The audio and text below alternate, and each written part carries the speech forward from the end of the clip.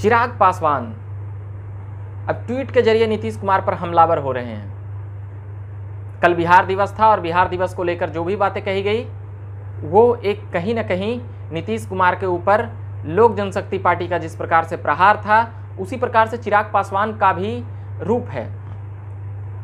मतलब कि एक प्रकार से कह सकते हैं कि एलजेपी केवल जदयू पर ही नहीं हावी है, नीतीश कुमार के कार्यकाल को भी वो जिस प्रकार से घेर रही है। साफ कहना है कि नीतीश कुमार एक से 1:30 बजे के बीच में क्या कर रहे थे।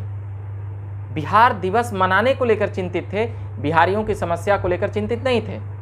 यह आरोप है एलजेपी के प्रमुख और एलजेपी के नेता चिराग पासवान 2 बार के सांसद का क्यों है। विधानसभा में कई बातें हुई थी।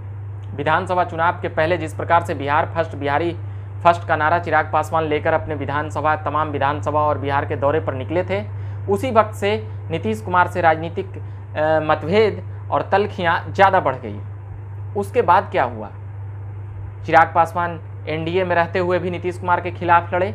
यह भी एक बड़ा मुद्दा है जिससे नीतीश कुमार की पार्टी और खुद नीतीश कुमार नाराज चल रहे थे।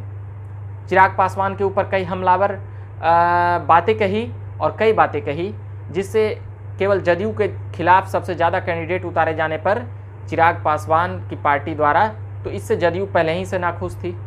उसके बाद ऐसा लगा था कि चिराग पासवान को जिस प्रकार से बीजेपी से भी अलग थलग करके उनको साइडलाइन किया जा रहा था, तो चिराग पासवान नरम होंगे।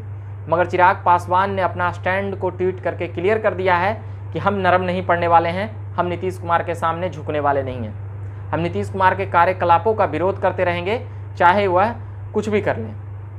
उन्होंने ट्वीट करते हुए क्या क्या कहा है हम अभी सुनाते हैं। ट्वीट किया है, आप सभी को बिहार दिवस की ढेर सारी शुभकामनाएं। 22 मार्च 1912 को बिहार राज्य की स्थापना सकारात्मक सोच के साथ की गई होगी और हो भी क्यों नहीं। जब भी कोई बिहार के गौरवशाली इतिहास के बारे में पढ़ता है उसका बिहार की मिट्टी के प्रति सम्मान बढ़ जाता है। अगले ट्वीट में क्या कहते हैं, बिहार सरकार के वर्तमान मुखिया जी को भी पत्र लिखकर अवगत करा चुका हूं, लेकिन अफसोस कोई पहल नहीं हुई। रात के 1:08 में बिहार दिवस के लिए चिंतित बिहार प्रदेश के मुखिया जी से अपेक्षा है कि अगले साल बिहार दिवस आने के पहले यह विकास कार्य शुरू हो जाए ताकि विकास में राजनीतिक द्वेष ना दिखे। एक बार फिर आप सभी को बिहार दिवस की बहुत बहुत शुभकामनाएं। ऐसे कई बार ट्वीट करके चिराग पासवान ने बिहार सरकार को घेरने का प्रयास किया है। यह भी ट्वीट किया है कि क्यों नहीं एक ऐसी व्यवस्था बनती है जिसके बाद हम सब सिर्फ बिहार के अतीत पर ही नहीं बल्कि वर्तमान पर भी गर्व करें। खेद के साथ यह भी बताना चाहूँगा कि कई मौक़ों पर केंद्र सरकार ने भी बिहार की मदद करनी चाहिए, परंतु बिहार के सिस्टम ने उसके पैरों में भी जंजीरें लगा दी है। अगला ट्वीट करते हैं, केंद्र ने 3 वर्ष पहले 450 करोड़ की लागत से 500 बेड के मेडिकल कॉलेज स्वीकृत जमुई में दी थी, जिसके निविदा का कार्य बिहार सरकार को करना था, लेकिन आज तक यह कार्य भी बिहार सरकार नहीं कर पाई। ऐसे कई ट्वीट हैं जिससे चिराग पासवान अपने ऑफिशियल ट्वीट अकाउंट से नीतीश कुमार पर ही केवल नहीं हमला करते हुए नजर आ रहे हैं, उन तमाम चीज़ों का भी जवाब दे रहे हैं और भविष्य की राजनीतिक सेटअप के साथ भी चल रहे हैं। अगर आज हुआ नीतीश कुमार का अगर पुरजोर विरोध नहीं करेंगे तो कल कहीं ना कहीं जब तेजस्वी उन प्रचारों में नीतीश कुमार के खिलाफ जब उतरेंगे तो चिराग पासवान को हानि लग सकती है।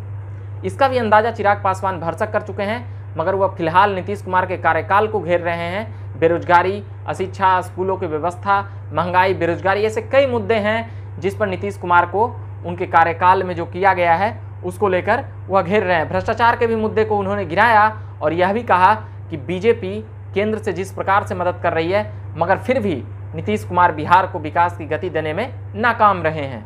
ऐसे कई आरोप और कई सवाल जवाब के साथ चिराग पासवान लगातार ट्वीट कर रहे थे। नीतीश कुमार और जदयू के नेताओं को जवाब दे रहे थे मुंहतोड़, जो उनके प्रवक्ता और नेता और कार्यकर्ता एलजेपी और चिराग पासवान को तोड़ने में और कई जवाब देते रहते हैं मीडिया के सहारे, उन सभी का जवाब दे रहे थे चिराग पासवान। अभी के लिए फिलहाल इतना ही कहूँगा। झकास भारत को आपने सब्सक्राइब नहीं किया होगा तो सब्सक्राइब कीजिएगा और फेसबुक पेज को भी लाइक कीजिएगा। झकास भारत से मैं रविकांत, धन्यवाद।